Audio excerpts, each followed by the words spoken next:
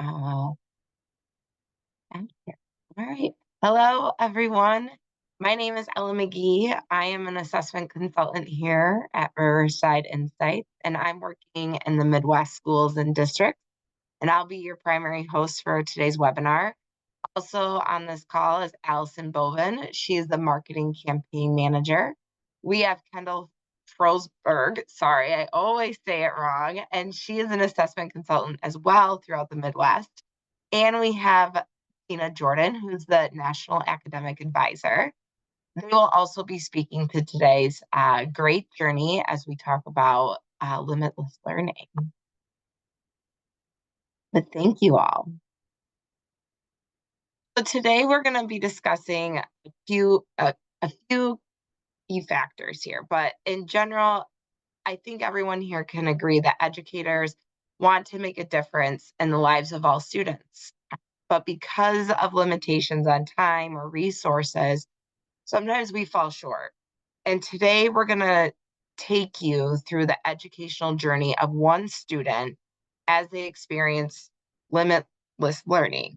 And we're going to be looking at their skills and strengths, how they grow, and how we can help all students learn their fullest potential. During today's session, you may have questions that you would like one of us to answer, and we definitely welcome those questions. So please type those into the chat, and we will be sure to share your questions as the topic arises during the discussion today. There are also a few handouts included in the webinar, and those are located in the chat as well. So be sure to download those today.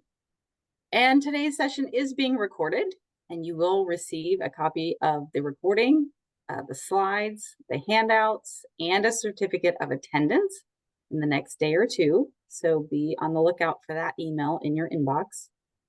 And recordings of our other Riverside Insights webinars can be found on our website at info.riversideinsights.com/K12PD. So opening that page will provide you with this header shown here on your screen. So meet Caroline. She's a friend to all of her third grade classmates, and she's thoughtful of others and kind. She really likes school, and she works really hard. She's very proud of her achievements, particularly in writing imaginative stories and creating detailed illustrations. She takes a lot of care when completing her schoolwork. She's quite attentive in math class, writing down all the example problems from the whiteboard. But math is an area in which she needs a lot of practice and repetition before she truly grasps the concepts. Math doesn't come easy to her, particularly with knowing her math facts, to then apply those math facts within word problems and multiple digit multiplication. Missing a year of preschool and enduring kindergarten online during COVID has set Caroline back a bit academically. Her third grade teacher recognizes towards the beginning of the year that she's going to need some additional support this year. To gather some baseline data on Caroline's skills and what she knows so that she can best help her, her teacher assesses her foundational reading and math skills using a standardized assessment measure, in addition to the classroom formative assessments that her teacher gives her. Caroline's teacher administers the Iowa assessments to Caroline and all of her classmates to gauge their learning thus far. She and her classmates have taken the Iowa assessments and achievement measure each year since first grade. Alongside the item analysis reports that are provided from the Iowa assessments that show her specific skill level performance, Caroline's teacher reviews her ability assessment data from first grade, which is located in her file. The ability data provides information about how Caroline learns, assessing her reasoning and problem-solving skills and her figural reasoning skills, and how she thinks about things.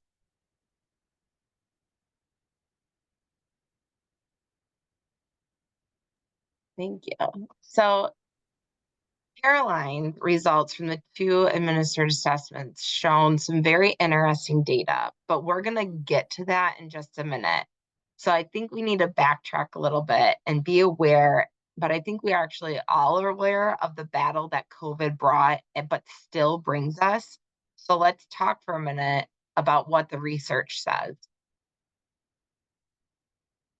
So as we know, before COVID, many classrooms had struggles, but a study actually show, or I'm sorry, a study I'm sorry, let me back up. I'm getting ahead of myself. Many classrooms had students whose learning spanned 7 grade levels. In 21-22, that range got even wider.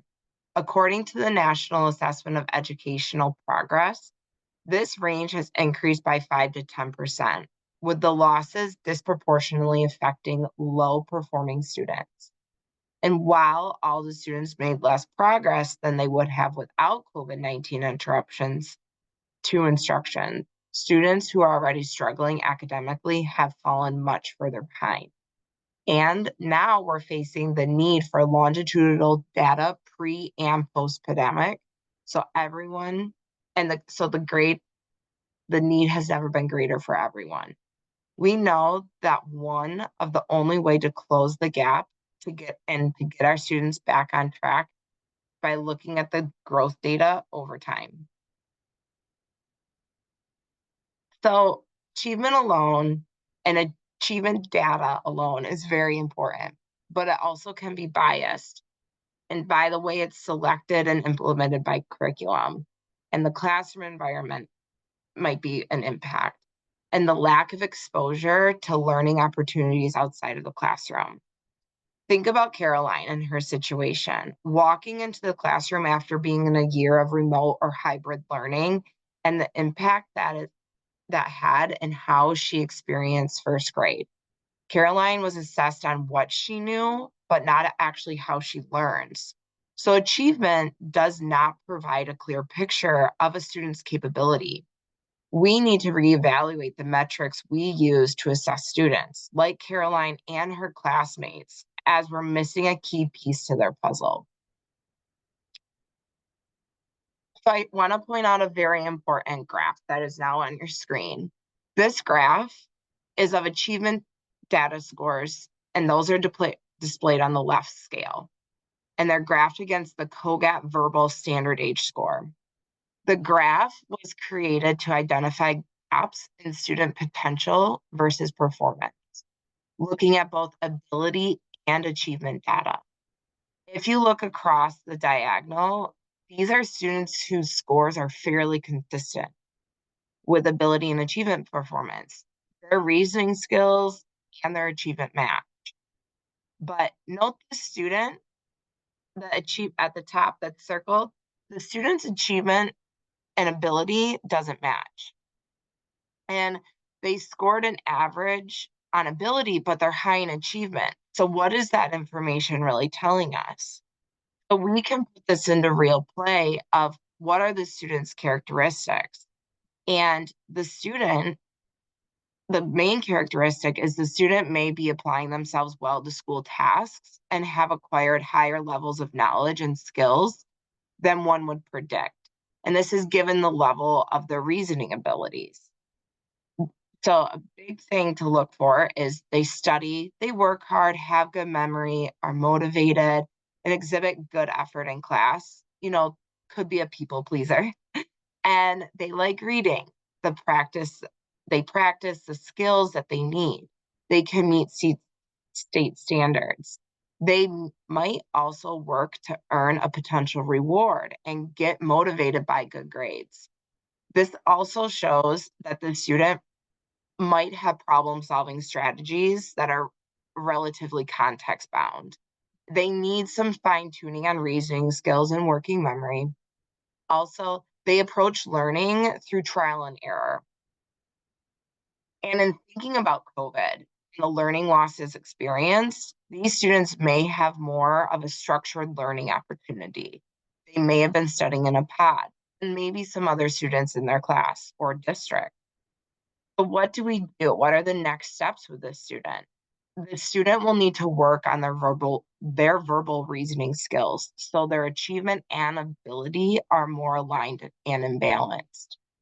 If we use achievement alone, this student will struggle when applying information to new problems. We have to equip those students to understand what to do with this information. And we need to determine what is truly working for them. From the data, it's very important at looking at the why the child is performing so well to help us improve our instructional programs for other students and look at uh, in-house decisions. One question to think about is, did the child learn how to learn from a certain teacher? Did they learn to make concept maps or learn certain strategies for organizing or memorizing information? Also, eventually, we will know what types of remediation or intervention is ideal to build on strengths and address weakness from the students based on their profiles. But another thing to look at is what barriers are in the way of keeping them from higher ability stay 9 scores. The ability is influenced by all learning opportunities, both in and out of the classroom.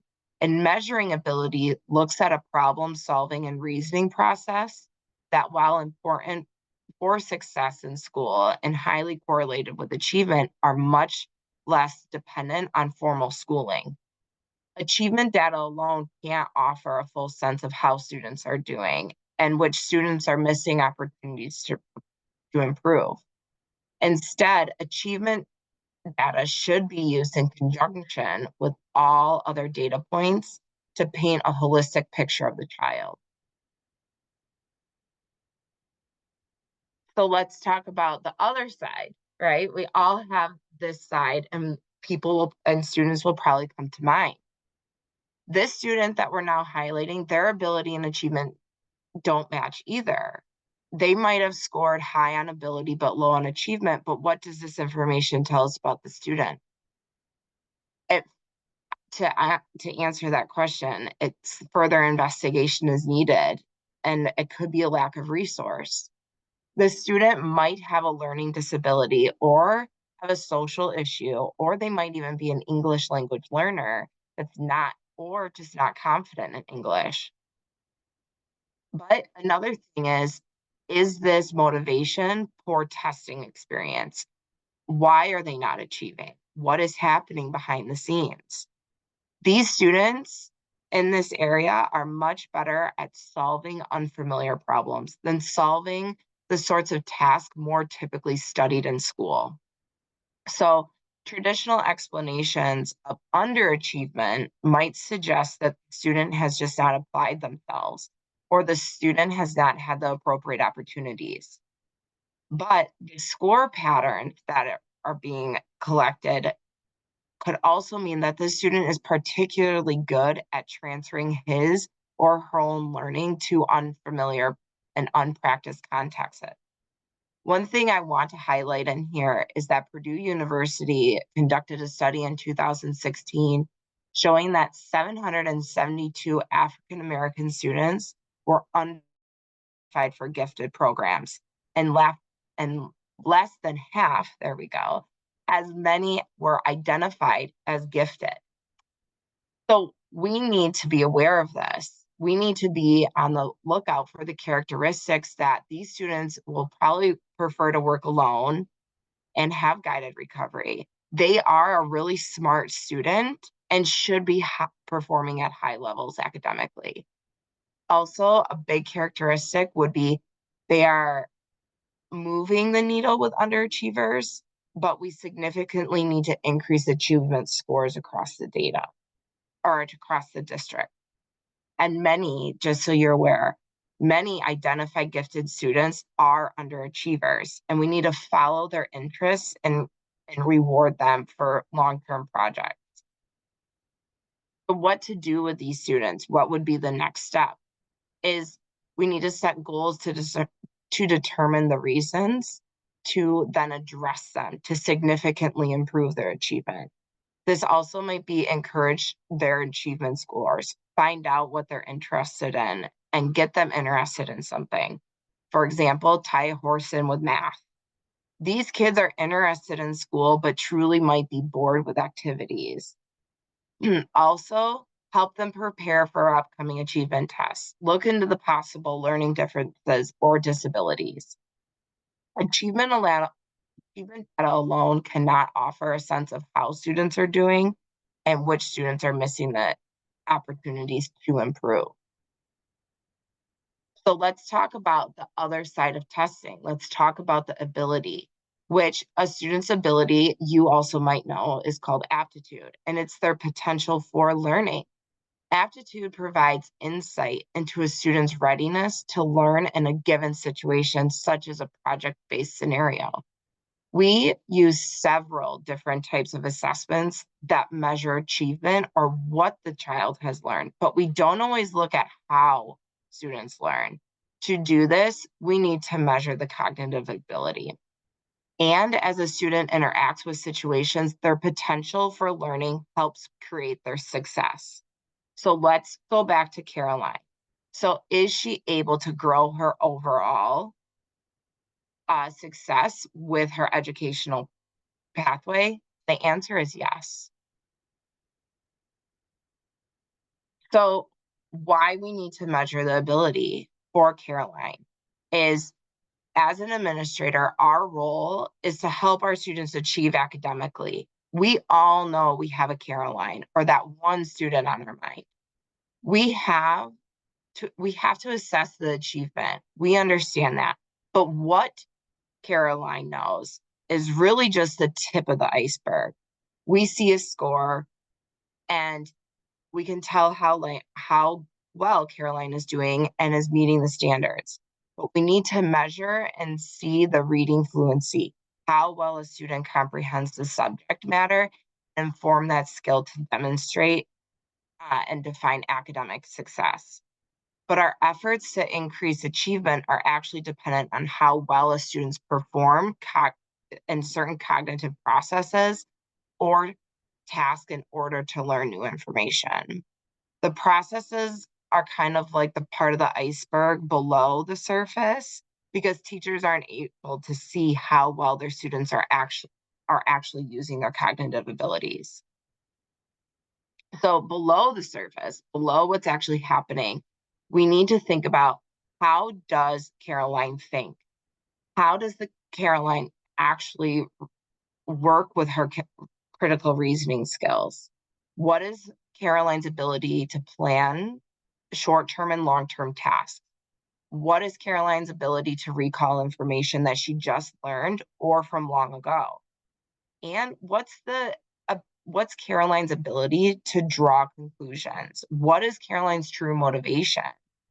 And the biggest is, what is Caroline's ability to hold thought processes while solving for new solutions or for new situations? Ability will measure Caroline and her classmates' critical reasoning and the problem solving abilities. A group administered test of cognitive ability does not measure all of these processes, but it does capture most of them. That's why it's so important to universally screen across a grade level for cognitive ability. So, how does the ability inform your instructional practice? As part of a school's approach to gathering data to provide a strength based approach for its students, all first grade students are universally screened with COGAP. So, what does that mean in the context of Caroline? Her teachers noticed the backtracking started in grade K with her characteristics and some of her classmates, actually. The school district in which she resides used a district made screener in pre K, but she and others are below grade level. The universal screening and of ability measure, like COGAP, provide unique data for specific grade levels, which is developmentally appropriate for her and her classmates' ages. This data will help her teachers create a learning environment in which she can thrive. So, students in Caroline's class and school will differ in their level and pattern of cognitive ability. So, instruction can be adapted to capitalize on strength and compensate for weaknesses. When evaluating a student's overall performance, it's important to evaluate all aspects of the ability profile score, including the shape of the profile. The cognitive reasoning provides a critically important key to unlock learning for all students. Understanding Caroline's unique patterns of reasoning aids educators to more effectively uh, differentiate strategies while enabling greater efficiencies and creating student clusters and grouping. By comparing Caroline and other students' potential, the ability, with demonstrated learning, the achievement, educators can see which students should be most able to make rapid progress growth. The ability profile, which is specific to COGAT, facilitates a strength based approach to unlock potential and make learning more accessible for all students. So we've talked about it. What actually is the ability profile? And we'll jump in a little bit here. The students will differ, but the best practice of a universal screening test is using the scores and data provided to improve instruction. All students who take COGAT Complete receive an ability profile score, which is unique to our assessment, as I've stated.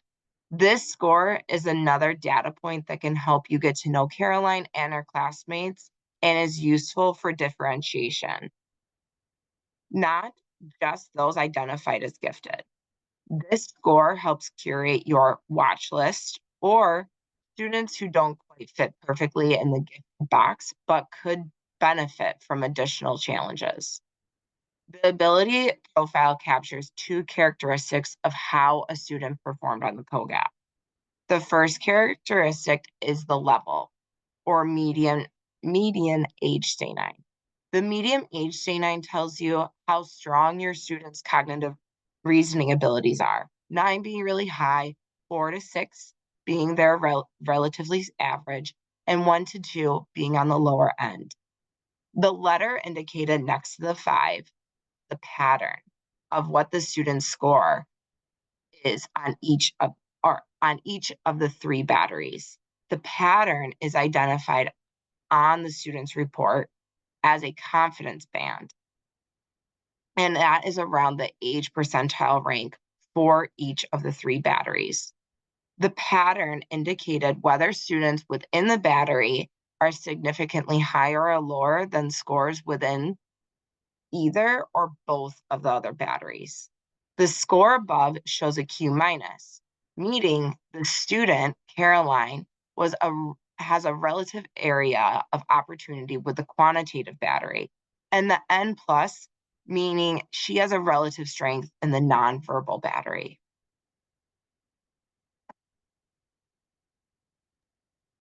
For administering the Iowa assessments and COGAT, Caroline's teacher discovered that she had higher achievement scores in reading, ELA, science, and social studies, but her math scores were low. So her ability assessment scores out of COGAT indicated that she has a strength in figural and abstract reasoning, and she has a relative weakness in the quantitative area, or how she reasons with numbers.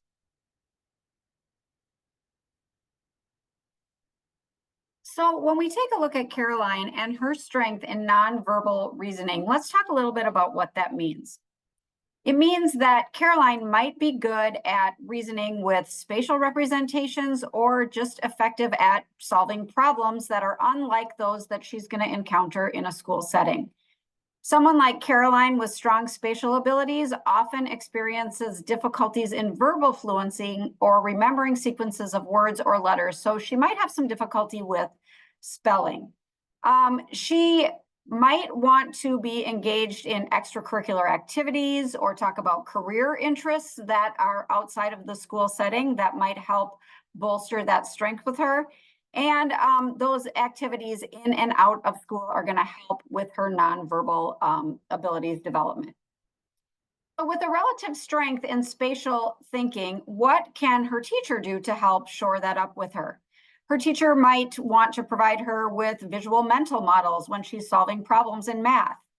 For Caroline, her learning is going to be easier when she can readily connect with a new concept or a relationship with mental or physical models like a schematic drawing of the situation. So making sure that we provide her opportunities throughout the day where she can do those things that work for her is really, really important.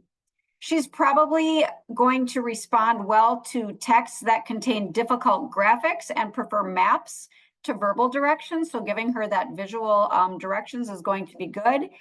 And at younger ages in her education, she might learn best when the concepts described in textbooks and other things have been previously experienced concretely and subsequently can be applied concretely. So giving some of front loading to context that she's working at is going to be really important for her.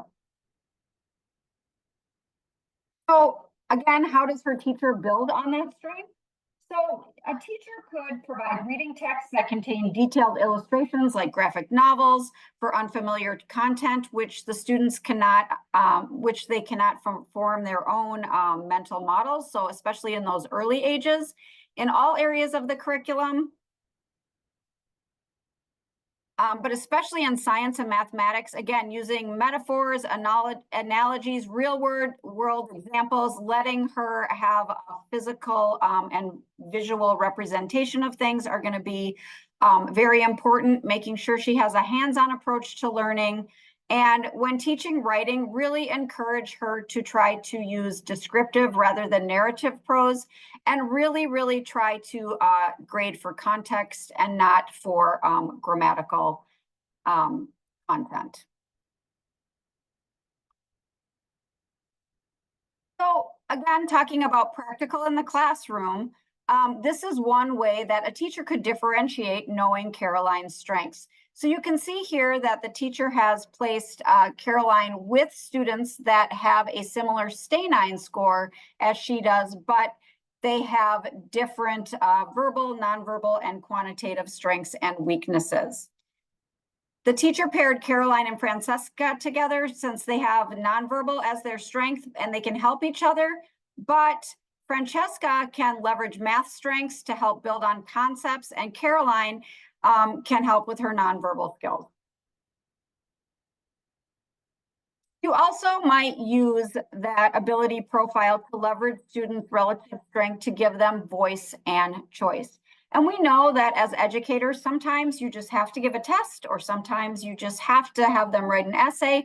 But in those opportunities where students are able to capitalize on their abilities and their strengths, give them options for presenting information in the way that it works for them.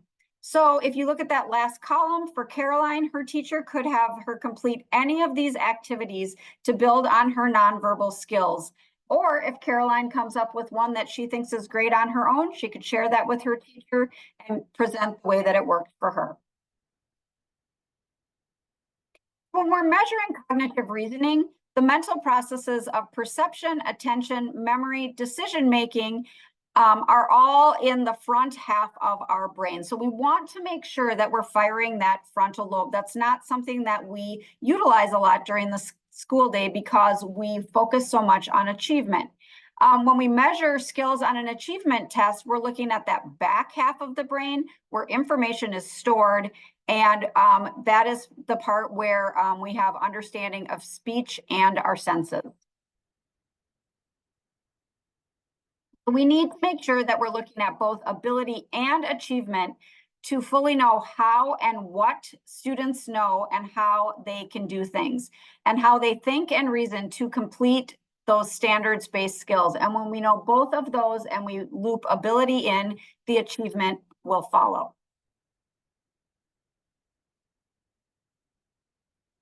And just to reiterate the difference between achievement and ability, as educators, we are so great with that achievement. We know exactly what students know. Things like our summative tests, our formative tests, our SATs, our state tests, all give us data on achievement. But measuring ability actually looks at problem solving and reasoning processes that while important for success in school and they are highly correlated with achievement, we don't often tap into those. Again, achievement is what a student learns, and the output is directly affected by opportunities that we provide to them within the school day.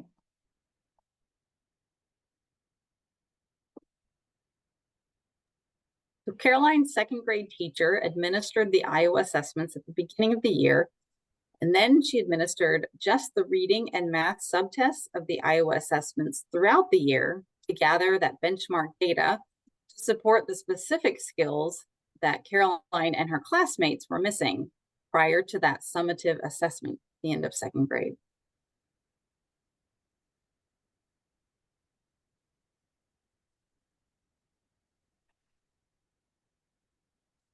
The Iowa assessments are going to measure each student's progress on the academic standards that are taught in school for students in grades kindergarten through 12.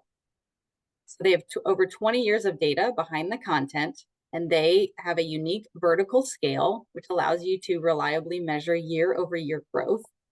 It includes national norms and private school norms and local norms.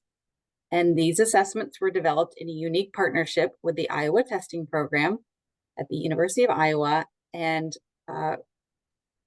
there are 3 equivalent forms built to a carefully constructed test blueprint and content specifications, which are focused on best-in-class state, national, and international benchmarks and standards of educational assessment.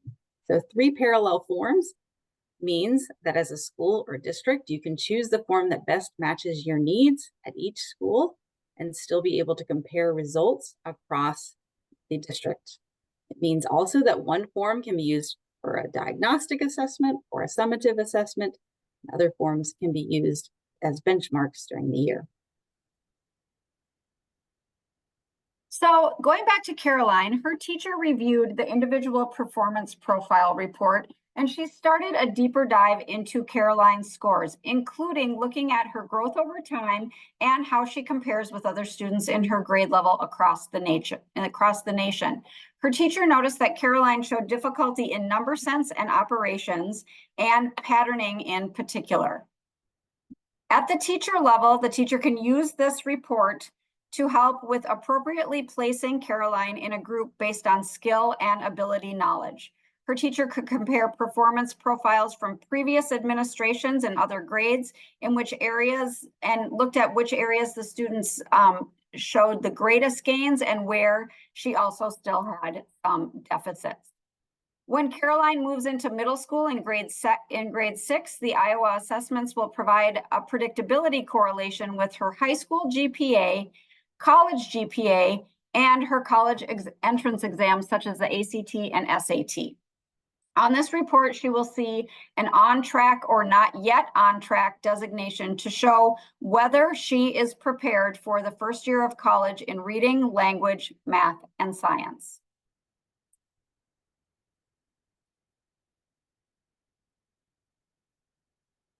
Also, on the Iowa assessment, all of the questions are assigned a level of cognitive difficulty, similar to Webb's depth of knowledge. Each question requires a particular amount of cognitive thinking in order to answer the questions. So these 3 levels will speak to the rigor of the Iowa assessments, asking students to perform a skill within a standard based on complexity and demand. And you can see that the majority of our questions are in level 2, conceptual understanding, and the other 2 levels are essential competencies and extended reasoning. So about 40% of the test is on level 2.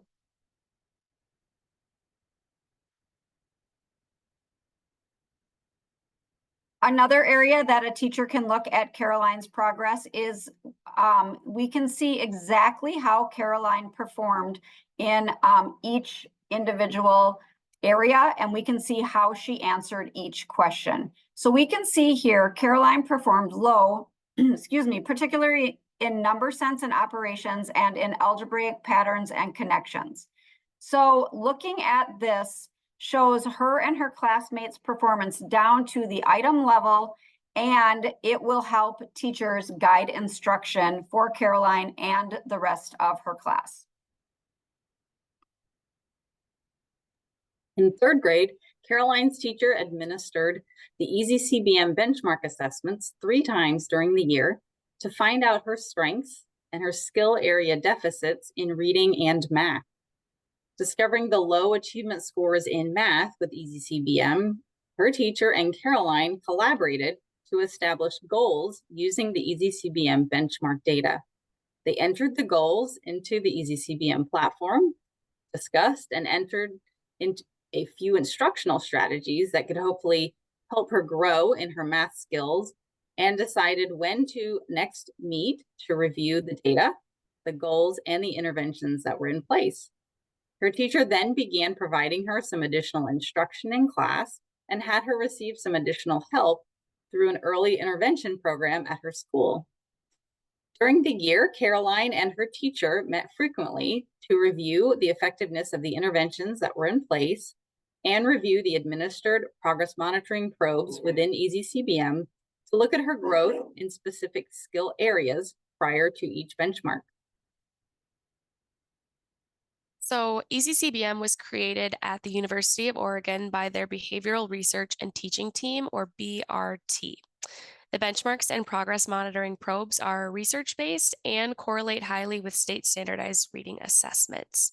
So what EasyCBM does is it allows districts to address student learning concerns across buildings, grades, and measures. It also allows teachers to track interventions, which made it the perfect tool in helping Caroline. It also stores that data year over year, ensuring that Caroline's future teachers will have the fullest picture of who she has been as a student and what has been done to help her, essentially what worked and what didn't. So, EasyCBM was also created with universal design for learning in mind, making the platform and test conditions way more accessible and equitable for all students, regardless of the accommodations that they have. So it really levels that playing field and makes the testing process smooth. Because Caroline tends to struggle in math, it was an important consideration for her to receive those directions in a multitude of formats. So she utilized the audio instructions in addition to reading the instructions herself. So when looking at her building's benchmark risk reports, Caroline's teachers noticed that her reading benchmark placed her in the low risk range. She was doing just fine in reading. However, her math benchmark placed her in the some risk range given their custom risk range designation. So though it wasn't quite appropriate to refer her to Tier 3 just yet, her teacher became curious about why her score was lower than her peers and referred her to the Tier 2 early intervention program at her school. When planning an intervention to support Caroline's math skills, her interventionist referred to the item analysis report. Just like with the Iowa assessments, EasyCBM has one of these as well. So this allowed her teacher to identify the specific domain of the questions that Caroline struggled with, and whether it was unknown across her whole class and required reteaching by the classroom teacher, or whether it was isolated to Caroline and could be tackled through intervention. Her benchmark score provided her interventionist with the baseline from which to track her progress using EasyCBM's progress monitoring probes. So here you'll see Caroline's individual student report. This is based on her scores from the numbers and operations progress monitoring probes that were given to her throughout her time in intervention. Using their built-in intervention tracker allowed her teacher to superimpose the intervention phases over the graph. So you can see that the intervention was changed after about 8 weeks, and then Caroline's progress soared. So again, when that first intervention didn't work, her interventionist started her on CBM skills, which directly attacked the missing skills identified by the EasyCBM benchmarks. And because it was gamified, she really enjoyed it. And it allowed her to independently practice specific skill areas, earn some badges for her achievement, and receive instant feedback on her progress. So as Caroline continued through 4th and 5th grade, her teachers continued to administer the Easy CBM benchmark assessments and review the interventions in place and review her goals and her progress in the early intervention program for math and the data from the progress monitoring probes, all to ensure that she was on track to meet her reading and math grade level standards. Her 4th grade teacher re-administered COGAT to Caroline and her classmates to discover if her ability had changed since 1st grade, since she has grown in her ability to reason, problem solve, deduct, and make inferences. In 5th grade, Caroline and her classmates took the Iowa assessments during the 1st semester so that her teachers could use the data for middle school class placement. Her teacher noticed that Caroline's math and reading skills continued to grow, having received interventions early on in her academic years. And that really showed a positive impact in her normed scores. So she's on track now to soar academically in middle school. Caroline will enter 6th grade in the fall of 2026. While she is now on level in math, her math teacher is thinking about when she will be ready to take Algebra 1. To ensure she has the specific foundational skills needed to succeed in algebra and to see her predictability of class performance in Algebra 1, her teacher will administer her the Iowa Algebra Aptitude Test, or the IAAT. So we want to make sure that all students are supported in their journey to taking more advanced math courses, but this is especially important for students like Caroline, whom we know have struggled in the past. We don't want to send her into an algebra course until we're certain she has the prerequisite skills to be successful. So, like Allison said, in 6th grade, she's going to take the IAAT, the Iowa Algebra Aptitude Test. So, this was selected for Caroline because the IAAT is different from most achievement tests in that it is predictive. So, the content alignment focuses on the desired outcome, which is that success in a future algebra course. We already know how she performed in elementary school. But what loose ends can her 6th and 7th grade teachers tie up to sort of level that playing field and make algebra accessible to her? This is an example of what her IAAT individual student performance report might look like.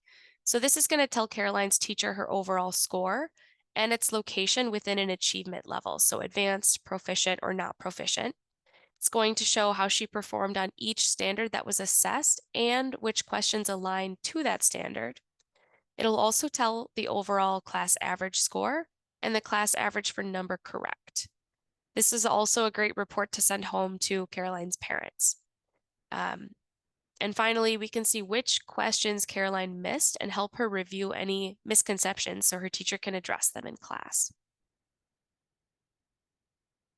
So this next interactive report might be used by her 6th or 7th grade teacher to fill in those gaps. So on the left-hand side, we see Caroline's raw score and percent correct. At the top, the measurable standard header groups the questions by standard. So for example, questions 24 through 27 are all aligned to standard 3 MDB3. This is a great tool for determining not only what needs to be targeted to ensure Caroline's future success, but also to ensure the success of the whole class. So there might be skills that are missing for every kid. And because of that, maybe the team decides to advance the group together, despite missing those skills, because they'll be learning them at the same time. So this is what a testing year might look like for Caroline. Not every assessment on here is used every year of the educational journey, nor are they used year round, but this is sort of a bird's eye view of when they would be used. So for example, Caroline only took COGAT one time in the fall of her 1st grade year, and those results were used to drive instruction within that same school year and in future school years. Whereas she took Iowa Algebra, or will take it, toward the end of the year, so the data can be used to inform the following year's instruction and future class placement. So it's kind of, take what you need and leave the rest. So all in all, we know that class time should really be focused on instructional practices and thinking critically about students' thinking and learning, not on test prep. And having a strong assessment program in place ensures that we're able to do that. It ensures that we have the right data to grow that student learning, maximize their growth, and really just be intentional and purposeful, knowing before we're giving a test, why are we giving it and what do we hope to get out of it? What do we hope to learn? This is especially important because we want more of different information, not more of the same. So if you are intentional, you will have the right data. You will be able to focus that class time on instruction, and your families will understand their children better and thank you for it. So how do you take stock? Allison is going to give you a tool on the next slide to start that process. So one of the handouts included today on this webinar is the Balanced Assessment Playbook. It is in the chat. So it's designed to give you, in planning, an effective, streamlined assessment program in your building or at your district. It provides a step-by-step process to help you and new administrators and teachers as well to collaborate in determining the assessments that you currently administer, why they are or maybe aren't effective for the purposes for which you want to gain the data, and the data that you are receiving from them. What data are you gathering? So there are 4 sections to this playbook. The first section is going to dig into your current assessment practices, looking at the programs in place, the types, the frequency, and formats of the assessments that you all give. Tips and tricks for building a positive testing culture are shared in section 2, and that includes a reflection opportunity to look at the current culture of testing in your district or school. The third section helps you think through the features that are important to you in determining the assessments to administer to your students and the data that you want to gather. And the last section is about data and instructional goals, data analysis steps, thinking about protocols, and how we involve students in the data gathering process. It also looks at triangulating data together, so putting a lot of these assessments together for a full picture of a student's progress and skills, and ways that the data can be shared with all stakeholders across programs. So this is a free resource that can be pulled out year after year in the spring and summer in particular, maybe, to review the current plan and make different decisions for the upcoming year. It ensures a structured strategic assessment plan in your district or school. It can also support new administrators as they work to understand the current assessment landscape in place at your district or building. So today you got a glimpse into some of the suite of comprehensive assessments that we have at Riverside Assessments. But I just wanted to point out that not only do we have tools that will help you on the educational side, but we also have tools that will help on the clinical side as well. We're very proud at Riverside Insights that we were just awarded for the 2nd year in a row the Excellence in Equity Award for accessibility in the industry by the American Consortium for Equity in Education. In addition to what we showed you today with the Iowa, the COGAT, and Easy CBM and Iowa Algebra, we have things that will also help you take a look at your students' social emotional needs and other ways to support your students throughout that whole spectrum of their educational journey. So thank you, everyone, as we wrap up. Thank you for everyone who joined us today. We hope to see you again for one of our great webinars. But until next time, have a great rest of your day and rest of your week. Thank you.